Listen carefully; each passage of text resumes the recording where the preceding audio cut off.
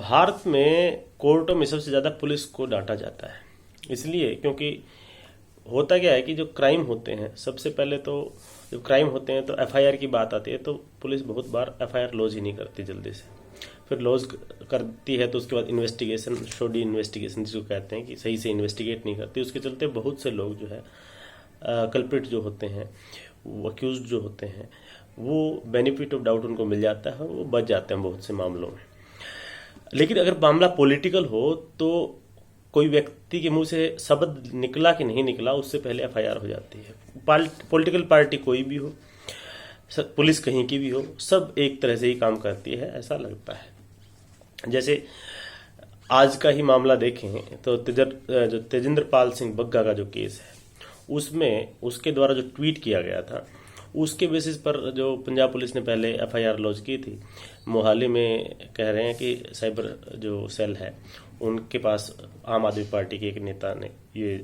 FIR launch करवाई थी। उसके बाद पुलिस बुला रही थी, जो कहानी है उसके हिसाब से, कि बार बार नोटिस दिया गया, बग्गा जी पहुंचे नहीं, पुलिस जी जो है फिर लेने आ गई। तो दिल्ली की जो पुलिस है, अब उनका ये कहना है कि पंजाब पुलिस का इस तरह का है कि भाई हम तो जो प्रोसेस है उसको फॉलो करते हुए उसको अरेस्ट करके ले जा रहे थे और उनको हरियाणा पुलिस ने पकड़ लिया। क्यों पकड़ लिया? दिल्ली पुलिस कह रही है कि जो तेजेंद्र बग्गा है, उनके पिताजी ने रिपोर्ट लिखवाई कि एफआईआर की कि उनके बेटे को किडनैप कर लिया गया है, उनके साथ भी मारपीट की गई है। और फिर दिल्ली पुलिस के द्वारा मैसेज भेजा गया और जो पंजाब पुलिस की गाड़ी थी वो हरियाणा में रोकी गई। वापस फिर आपस में कहा सुनी हुई, वापस जो है तेजेंद्र पाल बग्गा को दिल्ली की तरफ भेजा गया दिल्ली पुलिस के साथ। पंजाब पुलिस जो है Punjab and Haryana high court पहुंची। Punjab and Haryana high court में जब मामला सुना गया तो फिर हरियाणा से उसका जवाब मांगा गया। उन्होंने अपनी बात बताई कि हमारे पास किस तरह से इस तरह का मैसेज आया और फिर हमने क्यों इंटरसेप्ट किया, क्यों रोका और क्यों तेजेंद्र पाल सिंह बग्गा को हैंडओवर किया दिल्ली पुलिस के मामले में। अब आजकल क्या हो रखा है कि जो मामले, जो पॉलिटिकल मामले होते हैं, कहीं पे कोई व्यक्ति कोई स्टेटमेंट देता है, क्योंकि सोशल मीडिया का जमाना है, वो हर जगह सुना जा सकता है, हर जगह देखा जा सकता है। इस हिसाब से उसका जो एक तरह से उस मामले में जुरिस्डिक्शन जो है हर उस जगह का हो जाता है जहां पर कोई व्यक्ति सुनता है। फिर कोई, चाहे वो जिग्नेश मेवानी का केस हो जिसमें वो मान लो गुजरात में बैठा है और आसाम में उसके खिलाफ जो है एफआईआर लॉन्च हुई, या फिर कोई तेजेंद्र पाल सिंह बग्गा हो कि दिल्ली में बैठा है, दिल्ली के मुख्यमंत्री के बारे में कुछ कहा है और पंजाब पुलिस उनके हाथ में है, इसलिए पंजाब में उसकी एफआईआर हो गई। या चाहे वो नवनीत राणा का भी रिसेंटली केस था, नवनीत राणा, रवि राणा का। पुलिस जो है इतना पावर को मिसयूज करती है, और पुलिस को एक्चुअली मिसयूज करता है पॉलिटिकल जो मास्टर्स जिसको कहते हैं, पॉलिटिकल पार्टियां जिनकी सरकारें होती हैं। इसी के चलते कोर्ट ने बहुत बार बहुत से जजमेंट में ऐसा कहा है, अलग अलग बातें। जैसे ललिता कुमारी का केस है, उसमें कहा गया कि भाई जब कोई कोग्निजेबल ऑफेंस होता है और उसकी रिपोर्ट कोई लेके आता है तो उसमें एफआईआर लॉन्च करनी ही करनी चाहिए। नहीं करेंगे तो आपके खिलाफ कार्रवाई होगी, यानी जो पुलिस अधिकारी होंगे या पुलिस का जो भी रिस्पॉन्सिबल पर्सन होगा उस पर कार्रवाई होगी। अरनेश सिंह के केस में फिर अरेस्ट के ऊपर बात आई। 7 साल से कम वाले जो ऑफेंस है, 7 साल से ज़्यादा पनिशमेंट वाले ऑफेंस है, उनके ऊपर डीके बासु में ये आई कि किस तरह से अरेस्ट किया जाना चाहिए। क्योंकि पुलिस करती क्या है, जैसे शायद इस केस में भी जो प्रोसेस नहीं फॉलो किया गया होगा कि लोकल पुलिस अगर अपने स्टेट से बाहर किसी को अरेस्ट करिए तो उस एरिया में, उस स्टेट में, उस थाने की पुलिस को इन्फॉर्म करना होता है। फिर अगर लंबा लेके जाना है तो फिर वहाँ के लोकल मजिस्ट्रेट से ट्रांजिट रिमांड भी लेनी होती है।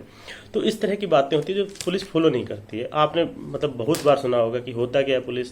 पुलिस कहीं से किसी व्यक्ति को उठाती है,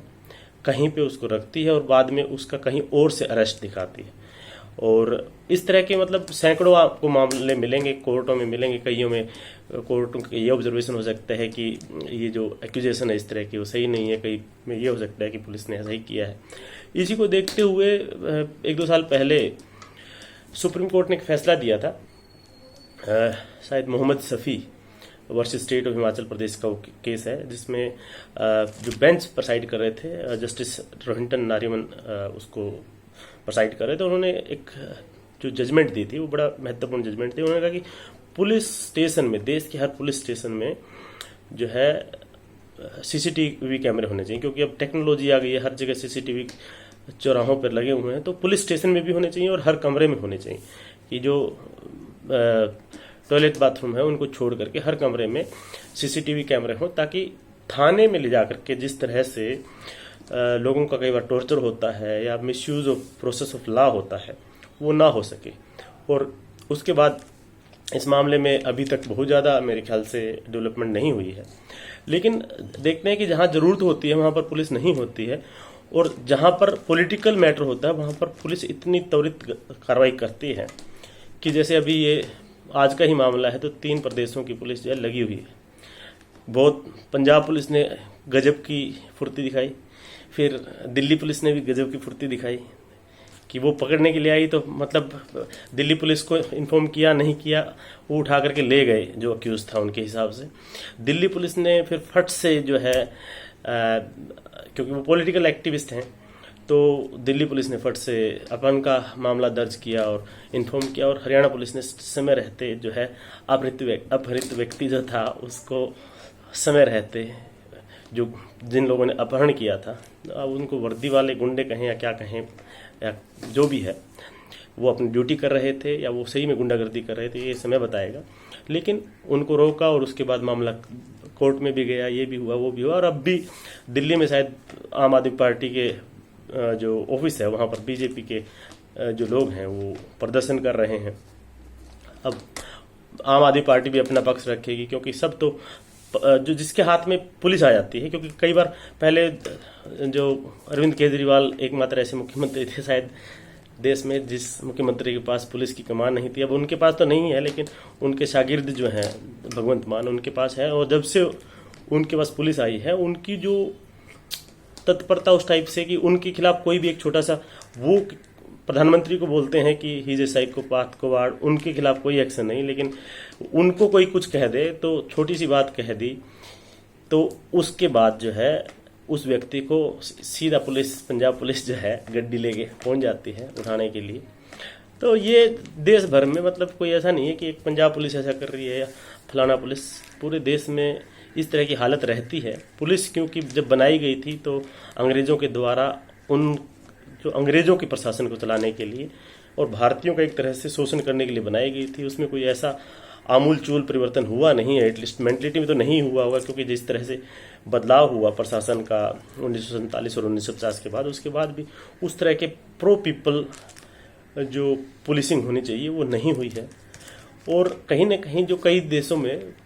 कम्युनिटी पुलिसिंग की बात होती है, जिसमें कम्युनिटी के लोग भी पुलिस के साथ लगे होते हैं, तो उससे क्या होता है बहुत तरह के जो करप्शन है और बहुत तरह के मिसयूज होते हैं पुलिस के द्वारा, वो बच सकते हैं जहाँ पे कम्युनिटी के लोगों का इन्वॉल्वमेंट हो पुलिसिंग में। तो वो भी कंसेप्ट भारत में आया नहीं है। हो सकता है कि जो अब देश में जो क्रिमिनल लॉ में अमेंडमेंट की जा रही है, जिसका प्रोसेस चल रहा है, एक कमेटी बनी हुई है, उस पर काम कर रही है, गृह मंत्रालय ने भी पार्लियामेंट में कहा है कि उस पर काम हो रहा है, तो हो सकता है कि आने वाले समय में पुलिस का वो चेहरा देखने को मिले जो आम लोगों के लिए हो, और आम व्यक्ति उससे घबराए नहीं, डरे नहीं, जैसा कि जनरली होता है। भले ही आदमी कैमरे के सामने कुछ भी कहे, लेकिन लोग फिर डरते हैं पुलिस से, कि कई जगह पुलिस आती है, कोई ऐसा समाज भी हो सकता है जहाँ पुलिस आती है तो आदमी को इस बात से मतलब एक मोरल सपोर्ट मिलती है कि पुलिस आ गई अब तो कोई दिक्कत नहीं है। और कई सोसाइटीज़ ऐसी भी हैं जहाँ पुलिस आ गई तो समाज में थोड़ा सा लोगों को ये भी होता है कि कोई ना कोई प्रॉब्लम होगी। तो वो अभी चेहरा जो है पुलिस का पूरे देश में इस तरह से बना नहीं है, हो सकता है आने वाले समय में बने, तो समाज के लिए भी, हर व्यक्ति के लिए भी और पुलिस के लिए भी अच्छा ही होगा। नमस्कार, धन्यवाद।